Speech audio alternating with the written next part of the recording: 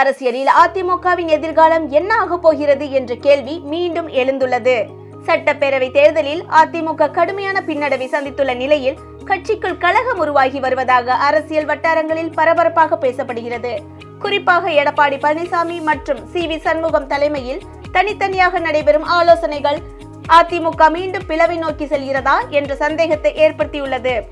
இந்நிலையில் சி.வி. சண்முகம் தலைமையில் 37 எம்எல்ஏக்கள் விஜய்க்கு ஆதரவளிக்க தயாராக உள்ளதாக தகவல் வெளியாகியுள்ளது. 2026 சட்டப்பேரவை தேர்தலில் அதிமுக வெறும் 47 இடங்களில் மட்டுமே வெற்றி பெற்றது. இதனால் எதிர்க்கட்சி அந்தஸ்தையும் இழந்தது. அதிமுகவின் நெருக்கடி.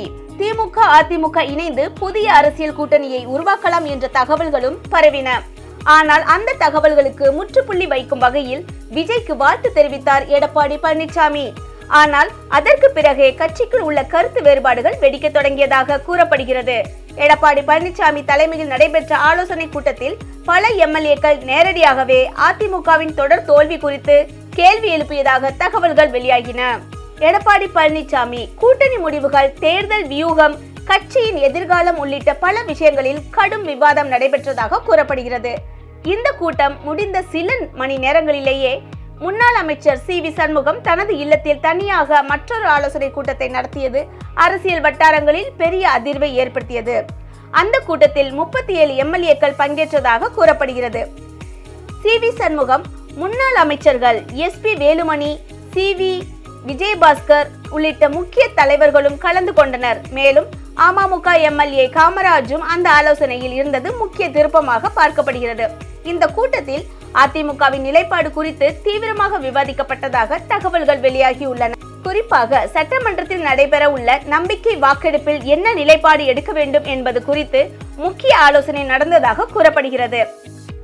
அதிலும் சி.வி. சண்முகம் தலைமையிலான தரப்பு தாவேக அரசுக்கு ஆதரவான முடிவை எடுக்கலாம் என்ற தகவல் அரசியல் களத்தில் பரபரப்பை ஏற்படுத்தியுள்ளது.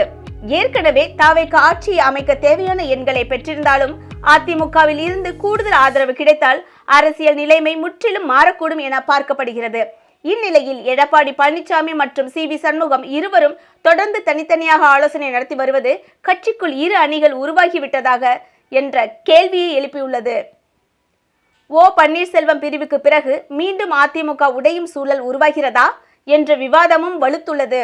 மறுபுறம் பாஜக கூட்டணியில் தொடர வேண்டுமா அல்லது புதிய கூட்டணியை அமைக்க வேண்டுமா என்ற கேள்விகளும் கட்சிக்குள் கருத்து வேறுபாடு இருப்பதாக கூறப்படுகிறது.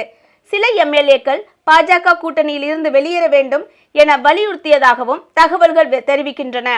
இதனால் எடப்பாடி பழனிசாமிக்கு நெருக்கடி அதிகரித்துள்ள நிலையில் அவர் பதவி விலகலாம் எனவும் சொல்லப்படுகிறது.